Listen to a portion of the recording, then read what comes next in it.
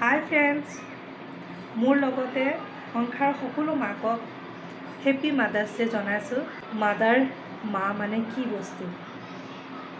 খুব সৰু শব্দ মা, কিন্তু মা নহ'লে সংসাৰত একোৱে নাই। কয় নহয় ভগৱানৰ অন্য ৰূপ মা। আৰু সেয়ে অকল 11 মে যে মাদাৰ্ছ ডে মানিব লাগে সেইটো নহয়, প্ৰত্যেক দিনেই মাদাৰ্ছ ডে। কাৰণ এগৰাকী মায়ে যি কৰে অন্য কোনো কৰিব নোৱাৰে।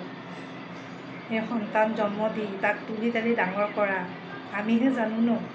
বাচ্ছাৰ যদি অলপ জ্বৰ হয়, অলপ কাহ হয়, গোটেই ৰাতি সাৰ পাই থকা হয়। মোৰ বেটীয়ে মোৰ কাৰণে পেষ্ট্ৰি লৈ আহিছে, দুটা আনিছে, আনোতে কিন্তু এয়া ভাঙি গ'ল, বেচেৰিছে। ইমান কষ্টত মাকৰ লৈ আহিছে ন।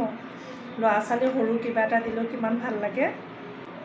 তাই মোক কৈছে প্ৰথমে তুমি এইখিনি খাবা। মই আৰু বেটী দুইজনীয়ে এইটো খাম এতিয়া।